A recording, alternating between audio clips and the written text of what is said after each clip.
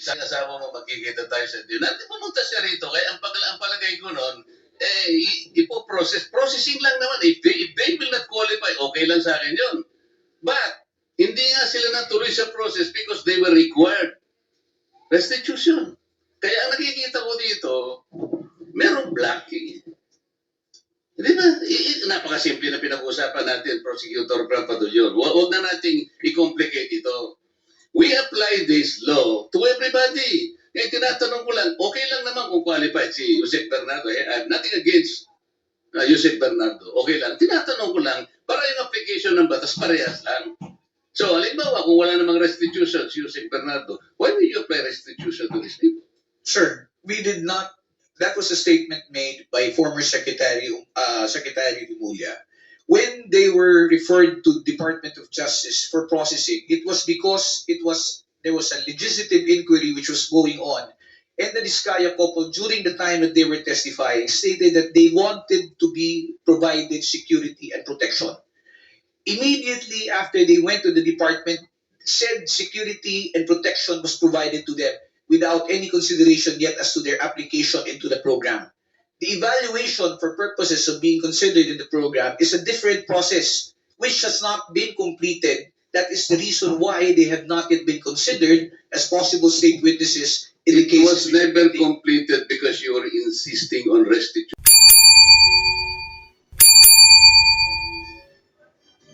Kung tuloy itong kay Kong Roman Romulo, baka po pwede magtanong ako kung kukumustahin ko sana yung status po namin sa WPP kasi that's beside the point. You have to settle that with the DOJ, not with the Blue Ribbon. okay lang po. Tanong ko lang po sandali ang abogado po. Sige. PG, Putulyon. Mr. Chair, when we return to Mr. Diskaya, I'd also like to ask. Thank you, Mr. Chair. Opo. Yes, Mr. Chair. I believe that it's a matter that should also be known by the committee because Mr. Diskaya is asking for the status of their application. For the past 2 months and a half, we have not heard Diskaya. They have not gone back to the department. There has been no coordination made by the couple, either by their lawyer. The last thing that we heard from them was when they declared that they will no longer be cooperating with the ICI. Since then, we have not had the opportunity to talk to them. So there can be no evaluation that can be done by the Witness Protection Program absent any disclosures coming from the couple, Mr. Chair. Does that answer your question? Your Honor, kasi nung mga nakaraan po, ilang beses din po kami bumalik po sa DOJ po. Kaya lang wala pa po pinapakita sa amin po na MOA. Ano simple yan, may proseso sila dyan. Anyway, PG Padulyon. I think it should be explained to the couple, sir, that there is no such thing as an ex-deal here where they will provide us with documents and then we will immediately, or the Witness Protection Program will immediately give them a memorandum of agreement. In other words, hindi kaliwaan. Hindi po kaliwaan yan. Because precisely, the reason why these affidavits will have to be submitted first is for us to evaluate and determine whether the same is compliant with the requirements of the WPSB law. And second, if it can be corroborated by other pieces of evidence. A simple statement telling us or naming 100 names will not make any difference unless the same can be substantiated. And thus far, we have not seen any.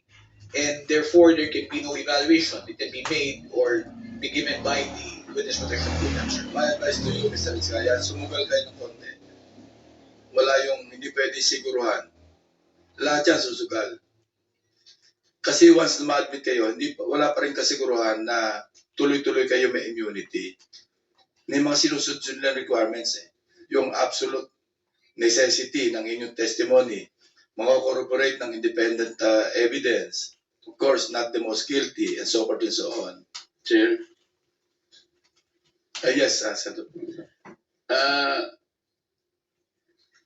Prosecutor Padulyon, ang pagkakaalam ko, kasi I was then the chairman noong nagpasya sila ng back cover ng WPP at sa akin namang palagay based on the law, kailangan silang ma-process sapagkat nagpasya sila na gusto magpa-cover. Ang problema kasi at that time, the then Secretary of Justice made an opinion that the Diskaya should first make restitution. Kaya doon po yata na-stall yun eh. Considering that restitution is not even one of the requirements para ma-process. Kasi nag-a-apply pa lang sila eh. I was trying to explain them, Mr. Chair, na in the process of the application of the Diskayas, restitution is not one of the requisites. Kaya lang, pinipilit ni then Secretary Remulla, now Ombudsman, na magre-restitute sila. So, doon yata na-stall ang pinag-uusapan. Ngayon, ang pagkakaalam ko rin po, Mr. Chair, si Yusek Bernardo, parang he was already granted provisional ano tawag doon? Provisional admission, Mr. Chair. So, if he was granted already provisional admission, was he required to restitute anything? Sir, that is covered by the memorandum of agreement and is confidential. I cannot make that disclosure without any clearance from the Secretary of Justice. Why? Because the law provides for it, sir, that confidentiality is a matter which is stressed in Section 7 of the law. So, Mr. Chair, ito na naman ang problema eh. Para malaman naman ng kahit sinong gustong mag-apply, kung ano ba requirements talaga? Was that restitution requirement covered by that? Yun lang naman eh. There's nothing secret in that. But hindi mo sabihin. Sir, it is contained in the memorandum of agreement. Like nobody should know that a restitution was required by the Department of Justice. The details of the memorandum of I'm not agreement. asking for details. Sabihin mo lang, was it made a requirement? Restitution is part of the details, sir, which is provided for in any memorandum of agreement if you're going to ask me. So if it is... Bago siya makapag-apply, restitution will be required. Not necessarily, sir. Well, Not paano? necessarily. Ito kailangan sabihin ko, palagi kasing sinasabi ng mga ibang tao, I am trying to defend the Diskayas. No, I am trying to maintain what the law says and provides. Dahil alam ko na wala namang sinasabing restitution, gusto naman nilang magpa-cover para sa ganun, may protection naman sila because they are aiding the state to prosecute kung sino-sino may kasalanan dito.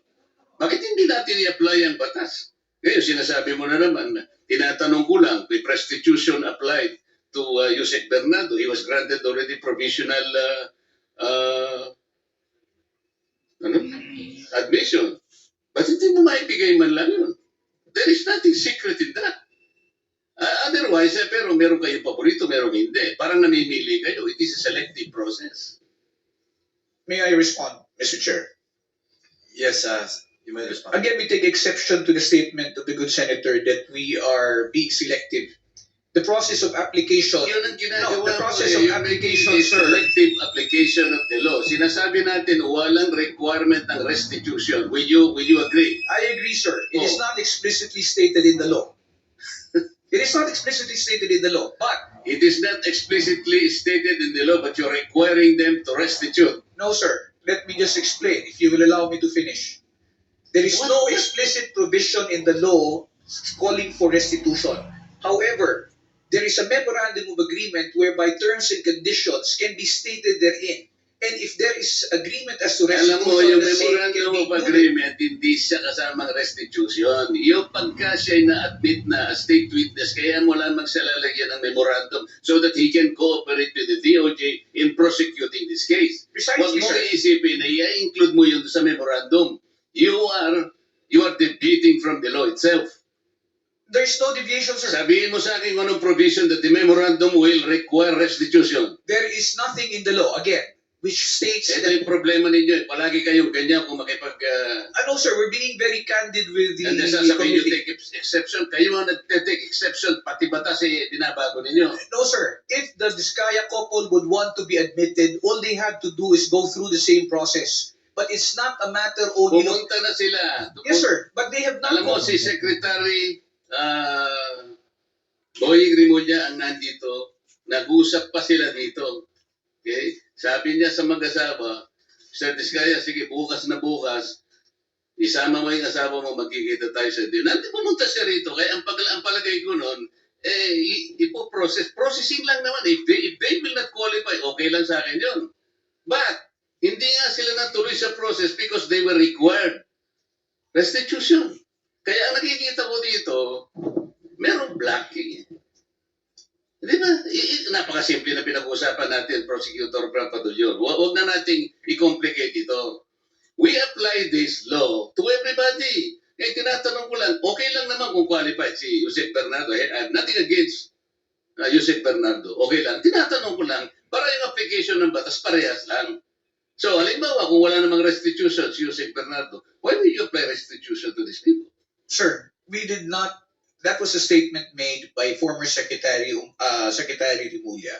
When they were referred to Department of Justice for processing, it was because there was a legislative inquiry which was going on, and the Diskaya couple, during the time that they were testifying, stated that they wanted to be provided security and protection. Immediately after they went to the department, said security and protection was provided to them without any consideration yet as to their application into the program. The evaluation for purposes of being considered in the program is a different process which has not been completed. That is the reason why they have not yet been considered as possible state witnesses in the It case. was never completed because you were insisting on restitution. Drop it. Para sa ganun, kung mag-a-apply sila at kung qualified sila, pagbigyan ninyo. Yun lang ang ano dyan. No, sir. Again, let me disabuse the mind of the good senator. There is no requirement that for purposes of processing, they will have to go through or they will have to make restitution. Yun nga Because it will sinabi ni still go Boeing through Rimulya. evaluation. Sinasabi ko sa iyo, yun ang sinabi niya sa press conference niya. Sinabi niya yun eh. Alam mo, mag-a-apply lang eh, sinasabi ko. Kung ang restitution mangyayari at the end of, let's say, napakita talaga na meron silang pananagutan sa batas, later on, restitution is talagang kailangan. Pero nag-a-apply lang yung tao eh. Kaya nga, Witness Protection and Benefit Program. There is no reason to burden these people for another requisite which is not even in the law. So kung qualified sila, i-process natin. Kung nag-qualify, salamat. Kung hindi sila nag-qualify, wala tayong magagawa. Mr. Chair, it is not as if the reason why they are not being processed is because of the restitution you mentioned. The fact is, Prosec, ang sinasabi ko, hindi yun ang naging unang dahilan kasi kaya siguro nabanggel ito. Maraming procedures dyan. Kaya lang, ang sinasabi ko, pinipilit kong ipaintindi sa'yo, ay yun doon pa lang nagkaano na eh. Doon pa lang na-stop na eh sapagkat pinilit ni Secretary Boeing, mag-restitute ka muna. Ay sabi ko na wala na. Mr. Chair, kung ang kagustuhan po ng Diskaya couple is makonsider sila o ma-process sila, let's take away the aspect of restitution. But they have to comply first with the requirements, which is the submission of the affidavits to justify the department being able to evaluate the same. Let's not talk about Tapos na. Okay na yun. So wala nang restitution. Mr. Diskaya, kung talagang gusto niyo at kung gusto niyo mag-apply talaga, ayun, wala nang restitution. Pero kailangan mag-qualify kayo. Kung hindi kayo qualified, wala tayong magagawa. Mr. Chair, may I interject? Vice Chairman is recognized. I just want to be clarified, PG Fadulyon. Ano ba talagang gusto ng DOJ to be mabigyan ng restitution immediately? Kasi may sinasabi ni Senator Marcoleta, there will be a process. What is your stand here? Sir, my position is this, if I may. Restitution, Senator Marcoleta is correct when he pointed out that restitution is not a requirement under the WPSP law. Okay. It is, as I said, it is not explicitly stated there. However, when the process of when the witness who applies to be admitted into the program is evaluated, and for example they qualify, their qualification is now subject of a memorandum of agreement between the department represented by the secretary and the applicant. Now, in the memorandum of agreement, there are terms and conditions that may be agreed upon or imposed by the parties, and restitution is part of them. If I may be allowed to explain further, kung halimbawa po meron po tayong witness na nag-a-apply sa programa, at sinasabi na nila, I am remorseful, ako po ay nagkamali, ako po ay nakakatanggap ng pera na galing sa nakaw, hindi sa matamang paraan, at ito po ay sosoli ko. Sasabihin po mo ng department, hindi naman kasi part ng restitution dito, so hindi mo kailangan magsoli. Kaya po yan, inilalagay sa memorandum of agreement kung meron man, para lamang po masiguro din ng department na at least kung meron pong ill-gotten wealth or if a person is unjustly enriched, monies will return back to the coffers of government. Remember, sir, if one is covered under the program, one of the results would be if there is a case where they will be testifying as a witness, they will not be included in the information anymore. And if they're not included in the information, it means they have no criminal liability and forfeiture will not lie as against them. A process which will happen much later. Okay, so Republic Act 6981, PG Padulyon, Section 5, it states na to comply with legal obligations plus to cooperate with respect to all reasonable requests. Ang tanong ko po ngayon, ano ba ang mga unreasonable sa pagbabalik na nila ako na yaman? Can you give me some? Let me just be clarified, Mr. Chair. Ano po ang magiging, ano ang reasonable kung magbabalik po? Kasi ang sabi, legal obligations, reasonable requests. So it's a reasonable request. Pero it doesn't mean to say na you are, it's their obligation. Is that correct? Yes, sir. Kasi po, kasama po yan doon sa pagpapakita po ng pagsisisi ng kung sino man pong aplikante na sinasabi niya, kung ako po ay may nakuhang yaman sa pamamaraan na hindi po legal, at ako po ay humihingi ng kapatawaran, at ako po ay willing na tumistigo, at isosoli ko po. Natural po, ipapalagay po natin yan sa loob ng Memorandum of Agreement, at yan po ay mapupunta sa gobyerno. Kaya po, ang tanong ko po ngayon sa PG Badulyon is that reasonable ba o unreasonable ang pagbabalik ng pera na kinuha sa taong bayan? Which is It is definitely not unreasonable. I would say it is only reasonable and within reason to return the same. Thank you, Mr. Chair. Hypothetical